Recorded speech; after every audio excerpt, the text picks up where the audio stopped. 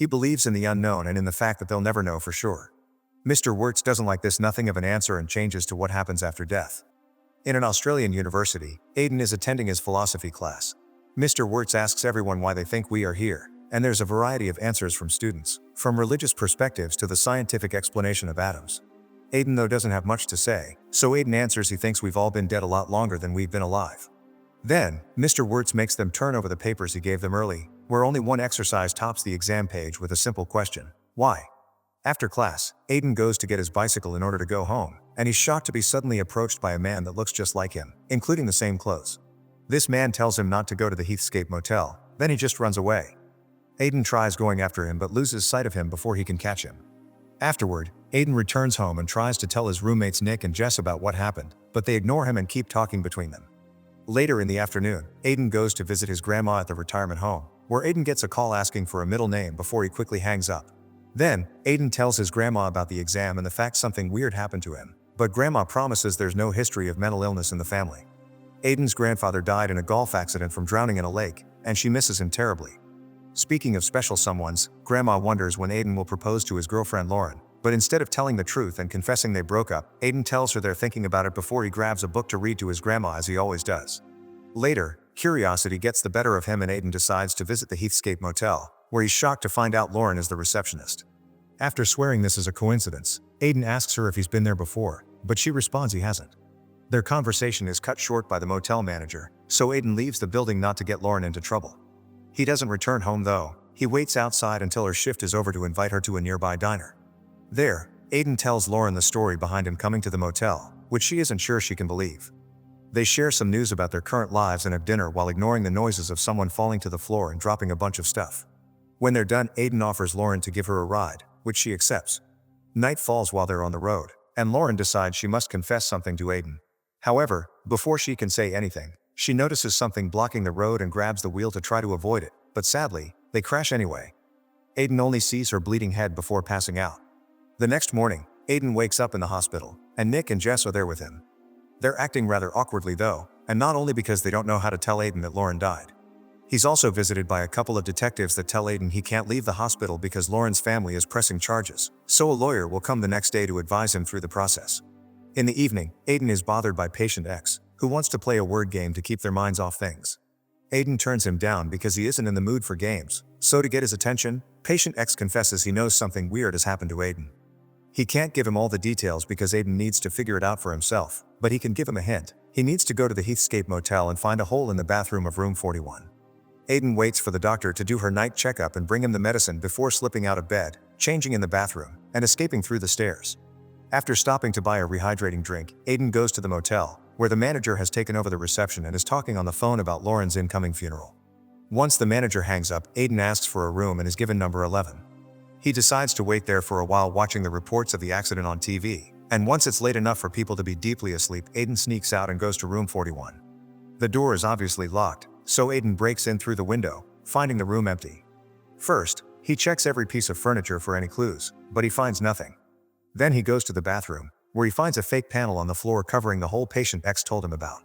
Aidan watches it for a while, trying to guess its secrets, and decides to hide inside when he hears the manager coming into the room to check why the lights are on. When he comes out a moment later, he's surprised to find patient X jumping on the bed, drinking and playing with a tool. He doesn't recognize him though. In fact, he threatens Aidan, ordering him to leave him alone. Aidan rushes outside and is shocked to see not only that it's already afternoon, but he can also see himself asking Lauren to go to the diner. It turns out the hole in the bathroom has allowed him to travel 12 hours back in time. Aidan follows the pair to the diner, sitting a few tables away from them and hiding his face behind a newspaper he finds around. Without realizing it, he sat next to Mr. Wirtz, who immediately recognizes his student and congratulates him on his good work on the exam. He also invites him to the weekly meetings he has with some colleagues at his house, but Aidan ignores him and tries to leave before they're overheard by his other self. On his way out, he bumps into a waitress making her drop her tray, which is the interruption the other Aidan and Lauren are distracted by during their talk. It is also revealed that during that conversation, Aidan tells Lauren that he never told his grandma that they broke up, which Lauren finds kinda weird even if she knows how much grandma liked her. The next moments proceed as future Aidan remembers them. Lauren and himself get in the car together and leave, so Aidan runs to try to warn them about the accident. However, him walking in the middle of the road turns out to be the reason the accident happens in the first place. It's him that Lauren sees and causes her to try to dodge him. Upset but still determined to fix things, Aiden runs back to the motel and finds patient X unconscious on the bed after he tried to end things. Aiden uses the room's phone to call an ambulance, which would send patient X to the hospital where he would meet the other Aiden in the morning. Then, he enters the bathroom hole to reset the day again. This time, Aiden goes home and tells Nick and Jess everything. Obviously, they don't believe him, so Aiden makes Nick call his phone. Nick does so, revealing he is the one that calls present Aiden at the retirement home and asks him for his brother's middle name to be sure it's really him. Jess and Nick are still skeptical though, and seeing he can't do much to convince them, Aiden asks them to act surprised when the stuff he's told them about does happen. This explains how awkward they act at the hospital. Aiden leaves and, after lots of thinking, he decides to try to change things again. This time, he goes to the road and waits for his second self to appear to push him away, but unfortunately, the car crash happens anyway. Desperate and unwilling to give up, Aiden grabs Lauren's body and takes it back to the motel with him to put it in the bathroom hole before climbing in himself. However, once time goes back to the previous day, Lauren's body disappears. This time, Aiden decides to go to Mr. Wirtz's house for that meeting with colleagues he had mentioned. Aiden tells them what has been happening to him while pretending it's a novel he's trying to write, and he wants to hear some ideas on how to help the character fix the timeline. The other professors think going back in time to save the girl is a cliché story that needs some twists, but they answer his questions anyway. Going back in time shouldn't be possible because the past has already happened. Besides, time doesn't exist in nature, it's only a measurement of movement in space. Those who do think time traveling could be a thing have two different theories. Some say time is circular and traveling sends you back to the same point, others think each trip creates an alternate timeline. Either way, Aiden can't change his own result, at most he could change the future for an alternate self. Before Aiden leaves, Mr. Wirtz confesses that when he was a kid, he dreamed of being visited by a time traveler that came all the way back to fix his life. He also reminds Aiden that his character should only go back for the right reasons and only influence the most important situations. Afterward, Aiden goes to a convenience store, where he sees a newspaper with an article about Lauren's death. It's here that the detectives manage to find him and arrest him. Once they make it to the station, the detectives explain that Aiden's escape from the hospital makes him look like he's hiding something, so he better has a good reason why he left. While a mysterious person is outside approaching the station, the detectives hit Aiden to make him confess Lauren's murder. Aiden decides to get cheeky and tell them about the time-traveling deal, but the detectives don't believe him because then he should have broken himself out of custody. It's then revealed that the mysterious person outside is another Aiden, who makes everyone in the station evacuate the building by making a threatening phone call. The detectives leave as well and handcuff Aiden to a post together with a mentally unstable addict, who can't stop flailing and accidentally hits a trash can behind him. When the can falls, Aiden discovers there's been a saw under it waiting for him, thus he changes places with the addict, drags the saw over with his foot, and uses it to break the handcuffs. Aiden begins running away, avoiding the road and jumping through people's backyards to try to lose the detectives that are now chasing him. Eventually, he finds a parking lot and hides under a car, causing the cops to drive by without seeing him. Afterward, he breaks into a neighbor's tool shed and finds a saw that he uses to take off the other half of the handcuffs. Then he realizes this is the same saw the other Aiden left for him, so he takes it back to the motel with him and enters the hole. Once he's traveled back in time again, he takes the saw to the police station and put it under the trash cache for the next Aiden that gets arrested. Next, Aiden goes to the diner to have some time to think, and discovers he's sitting next to patient X. The man is looking much better and he's even wearing a suit, but he doesn't remember Aiden. This means he has managed to change his past, which Aiden confirms when he asks the man about his occupation and if things could have gone differently for him. Patient X explains he's a lawyer but he almost went to war, and only a strange incident stopped him from going. He refuses to go into detail about what happened, although he does still remember the word game. After patient X leaves, Aiden gets a call from the retirement home saying his grandma doesn't have much time left. Wasting no time, Aiden goes to see her, and after grandma wishes her husband could have been here with her, she asks Aiden to read to her one last time. Later, Aiden visits his grandpa's grave in the old abandoned house where his grandparents raised him after his mother left him. Starting to have an idea of what is the right thing to do, Aiden makes a graphic of the timelines to make sure he's got the math right and goes back to room 41. Patient X is there jumping on the bed again, and this time, he remembers him. He teases Aiden, telling him he can't stop him from using the tool because he needs him to go to the hospital and tell him about this room in the first place. You can only influence time but not interfere. Their conversation is interrupted by the manager coming over to check on the noises, so Aiden and patient X hide in the bathroom. There, patient X explains to Aiden that the trick is to stop the person from being in the situation in the first place and reminds him that time travels with him before jumping into the hole. Aiden gets inside the hole as well, but this time, after returning to the previous day, he immediately gets back in to travel even further into the past. He begins doing this constantly, jumping one day at a time as different guests stay in the room. He only leaves the building a couple of times to check on important moments, like his breakup with Lauren and their first date. After jumping through thousands of days, Aiden eventually makes it all the way to his grandparents' young years, finding his grandpa practicing golf near the lake. The two of them chat for a while, and then Grandpa takes Aiden back to his house, which is still brand new, so he can get his car and give Aiden a ride. His grandma is also there, looking young, beautiful, and reading as usual, and Aiden can't help shocking her by quoting something she always said to him. Aiden returns to the motel after giving his grandpa a gift, making him promise he would only open it the next day. The following morning, when Grandpa goes golfing, he accidentally loses the ball in the lake. He considers jumping in to recover it, but then he remembers Aiden has gifted him a second ball and uses that one to keep practicing. This prevents Grandpa from drowning, and now in the future, an older grandpa appears next to Grandma at the retirement home. Since he can't travel forward, only backward, Aiden stays in the motel and lets the years pass naturally, eventually becoming the man known as the motel manager. On the day the accident is supposed to happen, old Aiden visits the abandoned house again while present Aiden is in his philosophy class, answering the why question with why not. When present Aiden leaves the university, this time he's approached by old Aiden, who tells him to go to the Heathscape Motel. Present Aiden does exactly that, and old Aiden watches from afar how Lauren accepts present Aiden's invitation to walk her home. In 1990, Christopher impresses all teachers in school by completing a test that took Einstein 3 days in just a few hours. His older sister Michelle points out that he could go to college early, but he isn't sure he wants to go. On their way out, a soldier notices that Christopher has a cartoon robot on his t-shirt and scolds him, reminding him that war is coming. The robot on that shirt is Cosmo, the protagonist of a popular cartoon show.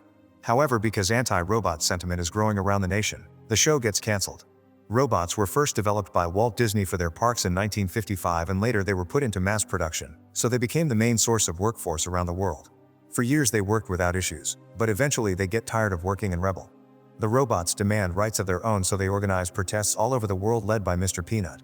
Debates go nowhere, and soon a war between humans and robots begins. Any person keeping a robot at home is considered a traitor. War isn't going well for humans, and Sergeant John appears on TV to explain why. Robots don't eat, don't sleep, and don't blink. For 2 years humanity keeps on fighting only to lose over and over again. One day the founder of Center Technologies, Ethan, invents the Neurocaster, a device that links the human mind to drone bodies. Now humans can fight the robot army on equal grounds, and in just 2 weeks, the war is over. Humans win, and Colonel Bradbury is named the main hero. Peanut meets with Clinton and Ethan to sign the Treaty of Surrender while over 6,000 robots are imprisoned in the exclusion zone in the desert. Sometime later, Ethan releases a smaller version of the Neurocaster for people to have at home. This model allows them to split their minds so they can work and have fun at the same time. In 1994, Michelle is at home trying to remove the monitor on her ankle, but she has to hide her tools when Ted bursts in using a Neurocaster. He scolds her for her behavior and reminds her that even if she escaped from all her previous foster homes, he won't let her do so here. Michelle replies by pointing at the pile of stuff he's hoarding, pointing out that taking things from the exclusion zone is illegal. Afterward, she goes to class, and the teacher is also there in her Neurocaster suit. All the students are forced to put on their helmets, and when Michelle refuses to do so, she's sent to the principal's office. The lady notices on Michelle's profile that she lost her entire family and blames it on the war, so Michelle has to clarify it actually was a car accident. Then the principal explains that neurotherapy can help her forget for a few hours, causing Michelle to revisit a memory of playing on the beach with her brother. That day he had a panic attack, and she comforted him through it. However, Michelle still refuses to put on the helmet and goes home. That night Michelle dreams of the car accident that killed her family. She had woken up in the hospital and a doctor was watching her, but she couldn't remember their face. In the present, Michelle is startled awake by a noise outside. She looks out the window and notices a shadow moving in her yard, so she grabs a flashlight and goes out. Suddenly she sees an eye reflected on a bottle before the table falls, scaring her into running back inside. She tries to warn Ted about the intruder, but he's lost in the Neurocaster world. When the intruder breaks in, Michelle runs to hide under her bed. However, the intruder is a robot and easily lifts the bed to look at her with Cosmo's face. Michelle runs to the corner of the room and tries to communicate with Cosmo, who uses some gestures to indicate he's looking for her. This robot can't speak and opens his head so Michelle can fix his voice circuit, but unfortunately he only has a few pre-recorded phrases. Then Cosmo grabs a picture of the siblings and keeps pointing between himself and Christopher, implying they're the same person. Michelle doesn't believe him and forcefully pulls the picture from his arms, causing him to crash against the shelves. The noise wakes Ted up and he comes to the room to find Cosmo. He blames Michelle for this and yells at her, triggering an argument that ends with Ted pushing her against the robot. Cosmo makes the same gesture that Christopher used to make, convincing Michelle of his story before pushing Ted against the wall. A furious Ted grabs a golf club and tries hitting Cosmo, who quickly breaks the club and pushes Ted again. This time he ends up bleeding and rushes to call 911 before Michelle tases him until he's unconscious. Afterward, Michelle and Cosmo get in Ted's car and the robot easily removes the monitor from her ankle. Michelle doesn't know how to drive but improvises when Ted comes after them in his Neurocaster. The car throws him off and the duo manages to leave. The next morning the car stops in the middle of the road because it has a flat tire. Michelle checks the trunk to get the spare, but that one is broken too. She starts bothering Cosmo with questions, so he explains Christopher is alive somewhere and controlling him from afar. When Michelle asks how to find her brother, Cosmo points at Center's company logo on a sign.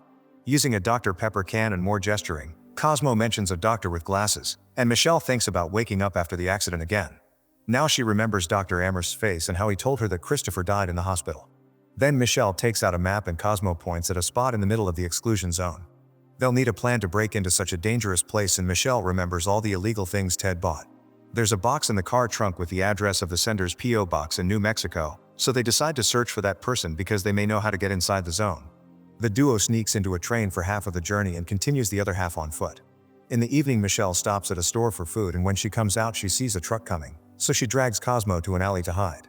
The driver turns out to be John, who opens the P.O. box the duo was looking for and gets a bunch of money out of it. Then a man appears in his Neurocaster to buy a gun from John. Suddenly the client turns the weapon and threatens to shoot John, only to get hit by an electric shot that turns the Neurocaster off. This was done by Herman, John's partner robot, who helps him move the fallen machine while discussing how to get its parts. While they're distracted, Michelle and Cosmo sneak into the back of the truck. Meanwhile, Bradbury finds Ted's abandoned car. The next day the truck arrives at an old mine near the exclusion zone. John and Herman move their latest acquisitions inside, unaware that Michelle and Cosmo are hiding in a box. While John and Herman argue over missing cables, Michelle tries to use the distraction to sneak around, but Cosmo accidentally activates a singing fish and gives away their location. When John and Herman surround them, Michelle explains she only wants a guide into the exclusion zone, but John thinks she's crazy. At that moment the elevator goes up and John concludes someone followed them, so the whole group hides. When the elevator comes back down it reveals Bradbury. He announces this place is now under the jurisdiction of the Robot Deactivation Task Force and makes John and Michelle come out with their hands up. John tries to pretend Michelle is his sister, but Bradbury recognizes her and says she's under arrest. Herman tries to shoot Bradbury with his electric beam, but Bradbury sees him and uses John as a shield. Then Bradbury opens fire, destroying big parts of the room while everyone runs to hide again. When he corners the robots, Michelle comes out and hits his arm with a fire extinguisher, only for Bradbury to steal it from her and destroy it. As the room fills with smoke, Michelle claps her hands to turn off the lights. Suddenly the fish decorations start singing again and Bradbury is distracted, so John shoots him from behind. His bullets do nothing to the Neurocaster's body and Bradbury quickly destroys his gun before grabbing John by the neck. Wanting to save him, Michelle and Cosmo surrender. After throwing John away, Bradbury starts walking toward the duo, explaining that Cosmo is marked for deactivation. At that moment Herman makes a huge crane claw fall and capture Bradbury. Then the whole group jumps into a mining car to escape. However, John takes too long to find the right key and Bradbury gets enough time to escape. He shoots the cart to bring it down and tries to shoot Cosmo too, but Herman disarms him again and now both robots start fighting him. Michelle finds a bulldozer and traps Bradbury against the wall with it, causing some rocks to fall and bury him too. The mine is slowly crumbling, so the group has to rush out to save themselves. Seeing his home going down makes John scream in frustration and he yells at Michelle for ruining everything. He's interrupted by some weird noises nearby, so the group runs to hide in a cave and watch scavenger robots going around looking for parts to fix themselves. When John sees an opening, he comes out and destroys the robot so he can get into his garage, where he keeps a van and a huge suit that Herman uses to make himself bigger. After lots of arguing, Michelle convinces John to help her. Minutes later, Michelle, John, and Cosmo are inside the van, which is being carried by Herman in the suit. They enter the exclusion zone and Michelle sees all the destroyed robots on the ground. During the trip, John shares the story of how he met Herman. During the war, John's team lost a battle and was surrounded by enemies. The soldiers were supposed to be shot by the robots, but Herman saw John crying and saved him instead. A few days later the center drones found them and wouldn't listen to John when he tried to tell them Herman was good, so the duo had to run away to avoid getting killed. Meanwhile, Ethan is using his Neurocaster to revisit a memory with his deceased mother, but the device starts malfunctioning and he has to turn it off. He yells at his scientists and demands to know what's happening to the company's systems, so the men reveal that Christopher has escaped. If they don't find him by Friday, the whole company will collapse. A desperate Ethan later meets with Bradbury in the virtual world. He knows that Cosmo is on Bradbury's hunt list and offers him a deal. Instead of taking Cosmo to the authorities, Ethan wants him to hand him over to his company. In the mine, Bradbury's Neurocaster is activated again. In the desert, the group is discussing the idea of entering an abandoned mall to search for food. A robot sees them and throws a fridge at them, breaking the van's front window. Herman tries running away, but the enemy keeps throwing things and causes him to fall. The van lands upside down and the group is immediately surrounded by robots, who capture them and take them to the mall. There's a whole society of robots inside, from entertaining models to regular house appliances. There's even a giant one outside that looks at them through the window. Mr. Peanut shows up and apologizes for capturing them, explaining the robots thought they were dangerous scavengers. When Michelle tells him about her situation, Peanut reveals that Dr. Amherst visited this place once and that he has a PhD in human-machine interaction. Peanut quickly kicked him out, so he doesn't know where the doctor is now. Michelle wants to go out to continue her search, and John reminds her how dangerous it is at night, so he convinces her to wait until morning. In private, Michelle remembers her last Christmas with Christopher and how little she saw him since he went to college. She can't help crying at the memory, and Cosmo comforts her before playing the cartoon that the siblings used to watch together. Soon a bunch of other robots join the watch party, which is noticed by Peanut. Later, after everyone falls asleep, they're suddenly awakened by a male robot asking for Christopher. Cosmo raises his hand and the robot gives him a postcard that Amherst left for him. There's an address written on the card and a note saying that Amherst will be waiting for him. That address is in scavenger territory, so they can't enter it without a plan. Peanut overhears everything and introduces them to a training robot that keeps malfunctioning while trying to explain how to fight the scavengers. John thinks he may be a liability, but the robot impresses him by shooting baseballs at high speed. In the morning, Bradbury makes it to the exclusion zone and watches them all from afar, noticing that the group is leaving in Peanut's car. They spend the whole day driving, and by nighttime they finally make it to an abandoned amusement park where the address is supposed to be located. Michelle sees lights in one of the attractions, so she concludes someone must be around. Suddenly a huge clown head activates and creepy robots begin appearing around the heroes. The group immediately begins running as they shoot at any enemy that gets too close. Peanut tries to communicate with them, but the creepy robots only know how to growl. The group makes it to the building with the lights only to discover the doors are fake. The robots are coming closer and they don't know what to do.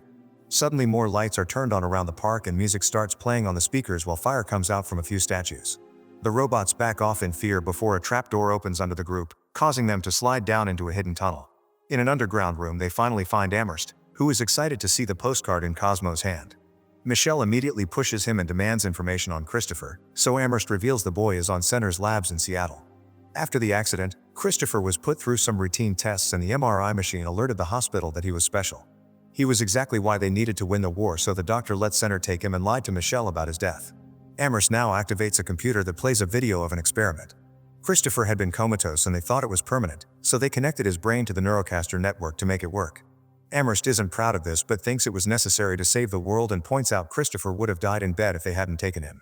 13 months after the beginning of the experiment, Christopher woke up and Amherst wanted to disconnect him. However, Ethan refused and threatened to kill Amherst if he tried. The doctor decided to run away, but before he left, he established a tiny connection between Christopher and the outside network. He also gave him the location of the mall so he could find a new family among the robots. Michelle points out Christopher already had a family and John punches Amherst for her. At that moment, Bradbury appears outside and shoots the entrance to access the tunnel. He slides down too and finds the room empty. The lights suddenly go out and Peanut tackles Bradbury from behind to smash him against an electrical grid. Bradbury's Neurocaster is electrocuted for a few seconds and he drops his gun, but he manages to push Peanut off to recover. A fight ensues as Peanut reveals a sword hidden inside his cane, but Bradbury is still stronger and easily overpowers him. The rest of the group is sneaking out, but they freeze when they hear a noise. A bunch of soldier Neurocasters appear in the air and land around the heroes, asking them to surrender. The training robot starts shooting balls with such strength that he manages to break a few of their helmets. All this is seen by Ethan through the cameras and he orders the soldiers to capture Cosmo by killing everyone else if necessary. Cosmo throws a ball to distract a soldier and Michelle appears behind him, shooting paint at him until his propeller malfunctions and he crashes into the ceiling. When a second soldier tries to capture her, Amherst shoots him down and tells the duo he knows a way out. John and the other robots keep on fighting the rest of the squad, defeating them with improvised weapons. In the underground room, Bradbury rips Peanut's hat off and says he broke the treaty, so what happens to his family is his fault. At the same time, a bunch of soldiers arrive at the mall. Then Bradbury comes out and starts shooting at attractions randomly. Amherst tells his friends to run before he comes out to comfort Bradbury, daring to shoot. Bradbury hesitates to kill another human being, so Ethan takes over a Neurocaster and shoots Amherst himself. The doctor falls on some debris and dies when a metal bar impales him, which leaves Bradbury reconsidering his morals. Michelle and Cosmo try to run away, but they're surrounded by soldiers. One of them holds Michelle down while the other grabs Cosmo to then fly away. Bradbury shoots the Neurocaster holding Michelle and tells her to go home before he flies off too. In the morning, the group returns to the mall and finds it in ruins with most of the robots destroyed. Meanwhile, Cosmo is taken to the Center labs to reunite with Christopher's body. As Ethan connects him to the system, Bradbury realizes he was lied to and Cosmo isn't just a robot, so he's angry that he was sent to hunt a boy. Ethan reminds him that this child helped him win the war and claims that sacrifice is required to move a species forward. Back in the mall, John tells Michelle that she shouldn't give up and that he'll help her if she decides to keep on fighting. Then Michelle checks Amherst's computer to confirm it has the codes to leave the exclusion zone and the location of the Seattle lab. The computer also explains if they disconnect Christopher, the entire Neurocaster system and the company itself will shut down. At that moment, Peanut comes back and reminds her that he signed a treaty to achieve peace, but Michelle changes his mind by pointing out that the attack on the mall means the treaty is invalid. Using a bunch of abandoned trucks, John, Michelle, and all the surviving robots leave the desert and make their way to Seattle. Herman even finds a new giant suit and uses it to start throwing things at the center labs, cracking their windows. Ethan immediately sends all his soldiers out so Herman and John begin running away to make them follow them, creating an opening for Michelle and Amherst's computer to sneak into the building. John shoots at the incoming soldiers while Herman smashes them with his huge hands. However, one of the Neurocasters self-destructs and brings Herman's suit down. When a soldier tackles John, Herman reveals he's got a second suit inside the first and saves his friend so they can keep running. Once the task force is far enough, the rest of the robots also join the fight, which is seen by Bradbury on the cameras. An angry Ethan rushes to his office to put on a secret helmet that allows him to control a special Neurocaster and joins the fight too, easily bringing down most of the robots. In the main lab, Amherst's computer pretends to be a crazy violent robot to scare the scientists away. Michelle confirms her brother is still alive, but to talk to him she'll need a Neurocaster. At the same time, Bradbury goes outside and tells Peanut where to find Ethan, saying he's finally found someone less human than a robot. Then he disconnects his Neurocaster, finally quitting the war. When Michelle puts on the helmet, she finds herself in the memory of her last Christmas with her brother. She tells Christopher that she wants to save him, but he explains that his body is weak and disconnecting him will kill him. He doesn't want to live the rest of his life in this state though, so he tells his sister to do it anyway. In the meantime, Ethan destroys Herman's final suit. The little guy is also hurt and John rushes to help him, but it's too late. At that moment, Ethan is found by Peanut, who says he wants to renegotiate the treaty. In the lab, Michelle refuses to disconnect her brother because she doesn't want to lose him again. Christopher insists he hasn't felt anything in years so he can't be saved, but our friends do need the help. After lots of tears, Michelle says goodbye to Christopher and returns to the real world to finally disconnect him. All the Neurocasters instantly go down and the robots celebrate their victory. John is still sad over Herman, whose head suddenly opens and reveals a tiny robot inside. Chaos takes over the world as all computers stop working. The news starts covering Center's experiments on a human child and Ethan is arrested while people begin asking for the exclusion zone to be taken down. In the desert, John and the robots help Michelle make a video in which she tells people to leave their helmets behind and enjoy the world again. Meanwhile, Cosmo is thrown in the trash, but his head suddenly moves. An old couple are seen having a casual conversation in their home. They are wondering if a woman has arrived already, then they hear her outside and follow after her. Suddenly, they're seen dragging a woman inside the house, as the wife says mind the baby and hits the woman over the head. The husband takes the woman upstairs with the elevator, as the wife closes the front door. The woman is seen gagged and a child's hand is touching her on the face. She wakes up frantic, seeing a child next to her, greeting her. The wife calls out that she's awake and when the husband joins them, she introduces herself as Audrey and him as Henry.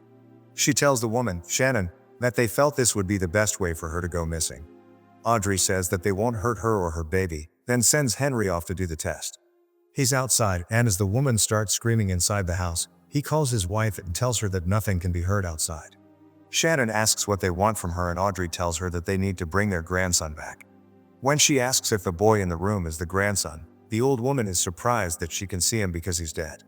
Audrey puts on some music in the room, saying Jackson loves music and leaves her alone with him. Audrey tells Henry that Jackson showed himself to the woman, which makes him happy. He leaves for work and on his way out runs into Rory.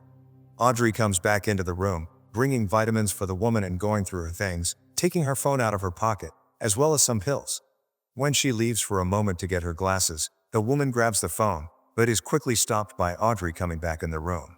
She unlocks her phone and goes on her social media, sending a message to a man to meet her later that day. Audrey calls Henry at work and tells him it's done. At his practice, his assistant asks about Shannon, who is his patient and if she'll be coming in soon considering she's nearing her due date. He lies his way out of the situation. In a flashback, the old couple is seen with an ancient book preparing to raise a raven back from the dead. Audrey chants an incantation and the raven is brought back.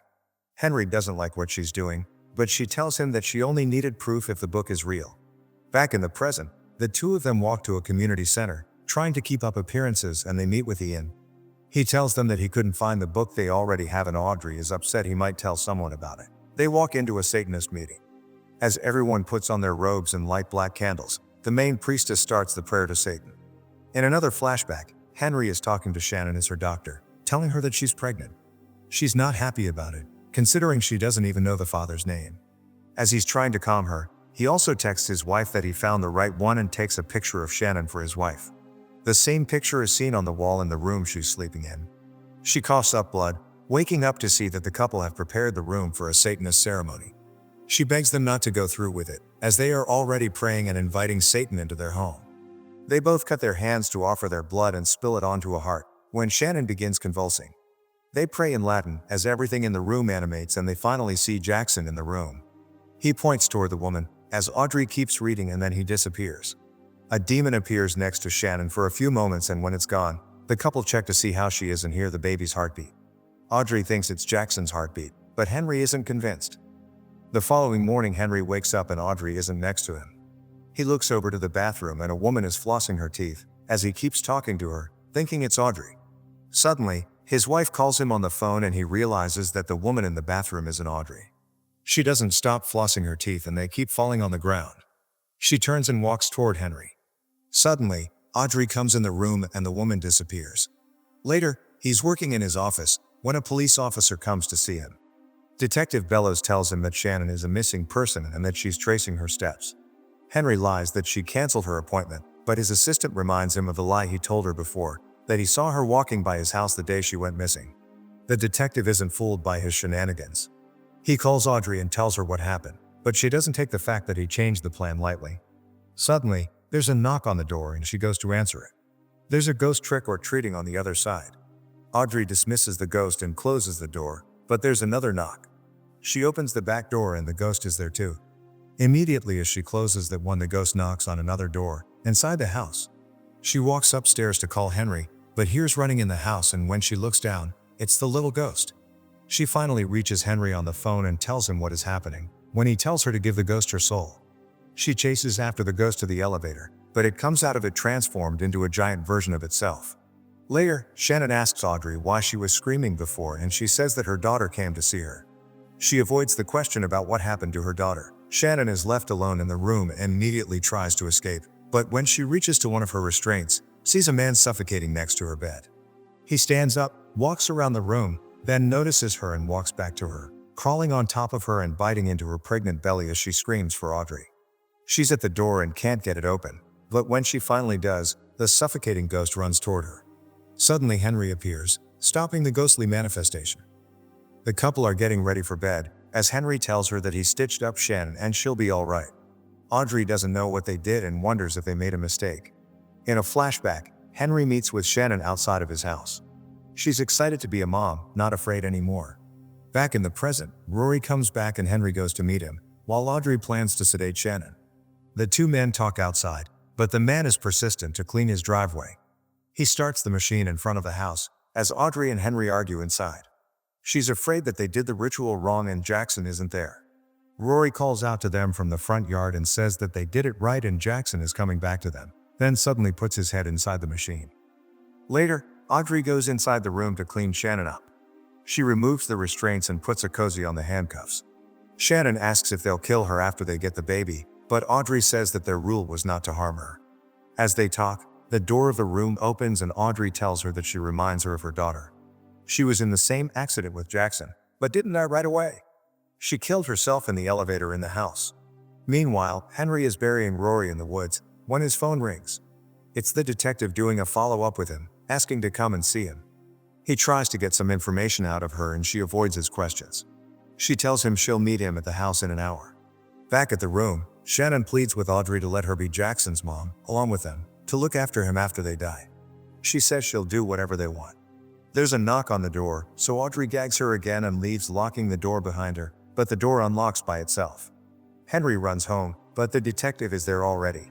She's waiting for him inside Shannon's room, with Audrey handcuffed next to her. She tells him to get on his knees, as Shannon is begging for her to let her out, but the detective turns to her and calmly kills herself. Henry releases Audrey from the cuffs and they get the detective's body out of the room. Henry buries her in the same place as Rory. The next day, Audrey tries to tell him about Shannon's request, but there's a knock on the door. It's Ian, asking for the book.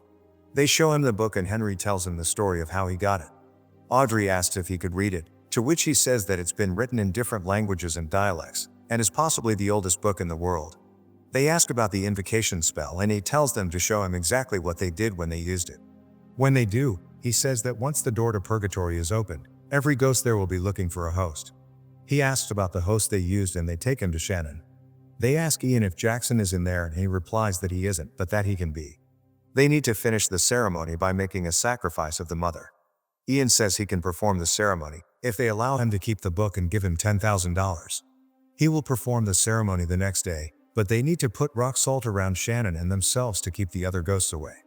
That night, both Henry and Audrey are in the room with Shannon, having put salt around the entire thing. Shannon tells Henry about her idea for the baby, but he says she can't win a moral argument with him because he already made a deal with the devil. He tells her that Audrey was the one driving the car when Jackson died, but she couldn't remember. Henry is doing all of it for her. Suddenly, the ghost of the detective walks in and kills herself all over again. Ian is in his basement, reading the book, when his mom calls him up for lunch. He angrily grabs his stuff and leaves. Then, he arrives at the house and as he walks in the bedroom, the detective appears behind him. The others aren't surprised by that anymore, saying she's been doing that all night. Ian starts right away, giving the couple instructions on what to read. The detective walks in again.